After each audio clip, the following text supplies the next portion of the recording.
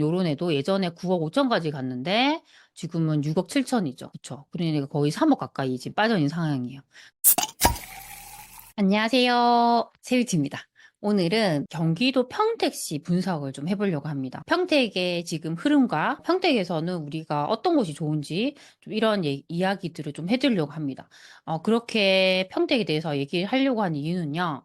최근에 제 유튜브 댓글에 평택에서 내 집 마련이나 상급지 갈아타기를 하려고 하는데 어떤 것들을 보면 좋은지 좀 여쭤보셔가지고 말씀을 드리게 되었습니다. 최근에 제가 여러 지역들을 이렇게 이야기를 해드린 영상을 올려드리고 있는데요. 제가 이렇게 말씀을 드린다고 해서 무조건 그 지역이 좋다라는 의미는 아닙니다. 어떤 지역이든 흐름을 봐야 되거든요. 그래서 제가 어떻게 흐름을 보면 되고 입지는 어떻게 보면 되는지 그런 부분들을 이제 짚어드립니다. 그래서 이 영상을 보시는 이제 소치님들께서는 제가 어떤 식으로 하고 있는지를 방법을 보시고 직접적으로 이렇게 관심 있는 지역들을 같은 방법으로 한번 살펴보시면 너무 좋을 것 같습니다. 현재 평택이 어떤 분위기인지 제가 좀 살펴보도록 하겠습니다. 일단 제 영상을 계속적으로 보시는 소치님들께서는 제가 어디서부터 보는지 아실 거예요. 제가 보통 아실에 와서 흐름을 보잖아요. 여기 경기도, 맞죠? 평택시의 흐름을 한번 볼게요. 이렇게. 평택 같은 경우도 우리가 긴 기간을 보면 그래도 우상향해 왔다라는 걸 알 수가 있죠. 그쵸?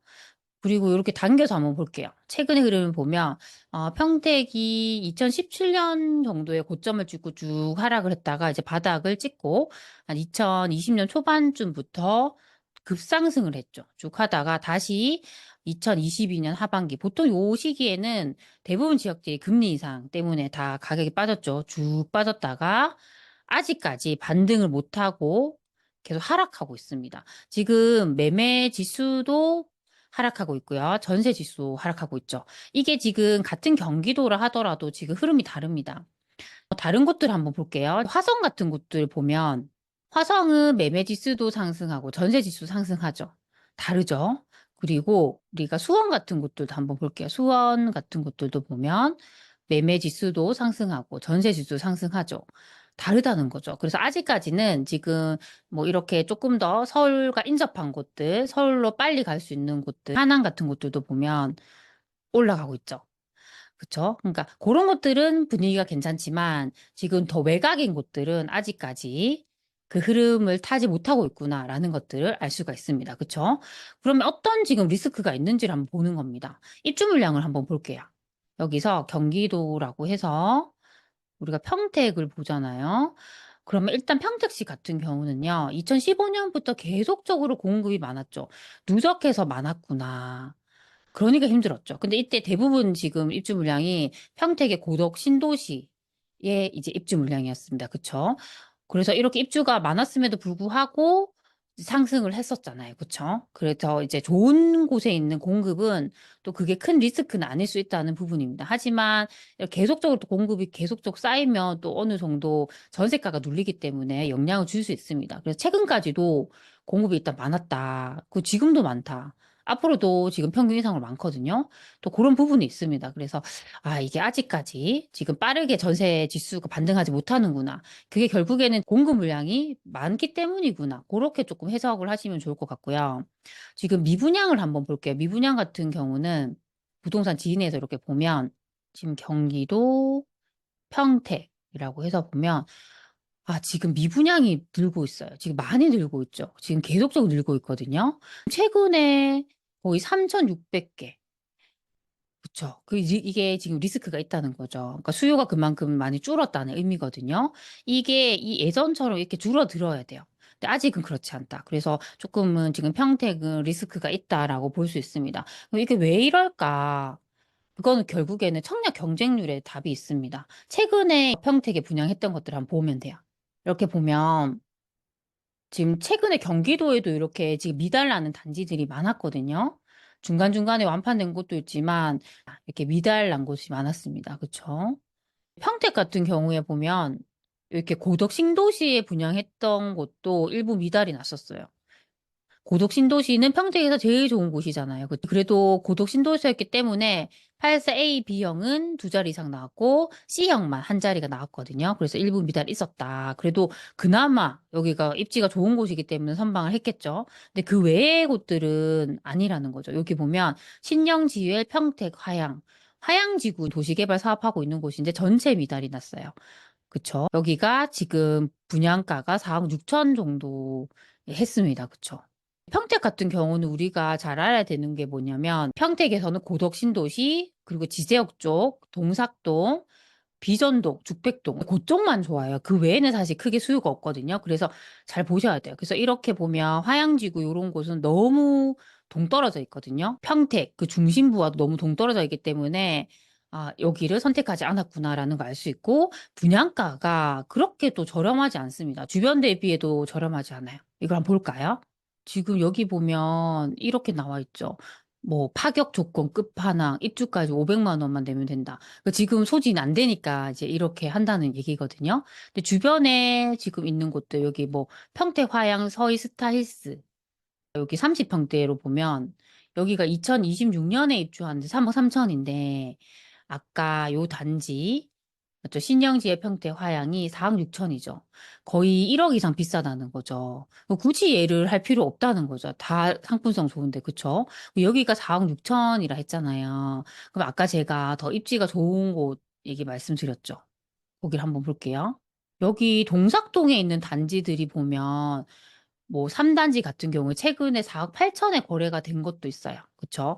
4억 8천에 거래가 된 것도 있고 5억 초반. 내가 그래서 그거 분양 받는 것보다 돈을 조금 더 보태서 확실히 더 좋은 곳에 살 수 있다는 거죠. 이런 것들도 연식이 6년 차 정도 됐는데 자이 브랜드고 살기가 좋거든요. 그쵸? 그러니까 그런 곳 할 바에는 기존에 조금 신축, 상품성 좋은 것들 충분히 선택할 수 있다는 거고 이쪽으로 오시면 더 지제역 쪽에 붙어 있는 더샵 지제역 센트럴파크 3단지 요런 애도 4억 8천.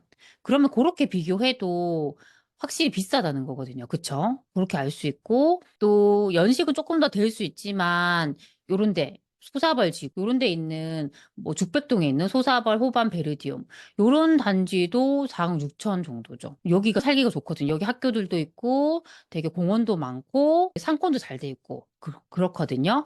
굳이 거기 새로 개발한다고 해서 살 필요가 없잖아요. 그렇습니다. 그래서 그렇게 좀 잘 보셔야 돼요.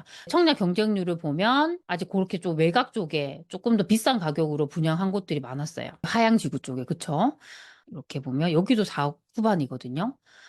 그쵸. 그러니까 이게 미달랐구나. 그리고 요런 것들이 소진이 안 되다 보니까 지금 미분양으로 계속 잡히는구나. 그런 것들을 우리가 알 수 있습니다. 그래서 그렇게 조금 분위기를 잘 보시면 좋을 것 같고요. 평택의 입지를 보면 평택에서 제일 좋은 곳은 고덕 신도시입니다. 고덕 신도시 같은 경우에 제가 몇 번이나 임장 갔었는데 정말 살기가 좋아요. 다 여기 신도시이기 때문에 다 정말 반듯반듯하게 계획적으로 여기를 다 만들었거든요. 여기 있는 아파트들이 지금 가격이 얼마 정도 하느냐 보는 거죠. 여기 지금 고덕제 신도시 제일 풍경채 요런 아파트가 한 6억 6천 정도 합니다. 근데 지금 가격이 예전에 9억까지 갔었거든요. 일단 지금 계속 빠져 있는 상황이죠. 가격이 빠졌구나라는 거 알 수 있고 요런 곳들 고덕 8하고 요런 애도 예전에 9억 5천까지 갔는데 지금은 6억 7천이죠. 그렇죠. 그러니까 거의 3억 가까이 지금 빠져 있는 상황이에요. 못 치고 나가고 있어요. 그러니까 대장이 못 가니까 다른 애들도 못 움직이는 겁니다. 그렇죠? 그래서 요 동네가 제일 좋고 그 다음에는 이제 지제역 쪽으로 가셔야죠. 여기 지제역. SRT 지제역이 있습니다. 그래서 지제역에 가장 붙어 있는 단지가 지제역 더샵 센트럴 시티입니다. 그렇죠? 입지적으로는 고덕 신도시가 더 좋지만 지금 현재 아파트 가격을 보면요. 얘가 더 비싸요. 지제역 더샵 센트럴 시티가 거의 8억입니다.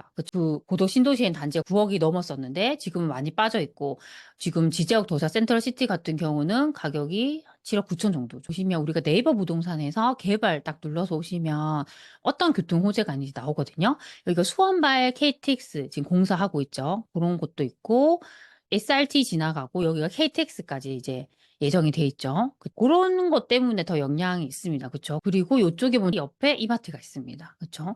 힐스테이트 지제역 요런 애들이 한 6억 7천, 6억 8천 정도 합니다. 그 동네가 있고 그 다음에 어디를 선호하냐면 여기 동삭동이죠. 여기 평택 센트럴 자이 1단지, 2단지, 3단지, 4단지, 5단지 자이 브랜드로 여기 다 조성이 되어 있습니다. 그중에서 보면 3단지 같은 경우에는 앞에 이렇게 상서재 근린공원이라고 해서 정말 커다란 공원이 있고요. 여기가 정말 대단지이기 때문에 수영장이 있습니다. 여기에서는 이제 3단지만 수영장이 있어요. 그렇죠?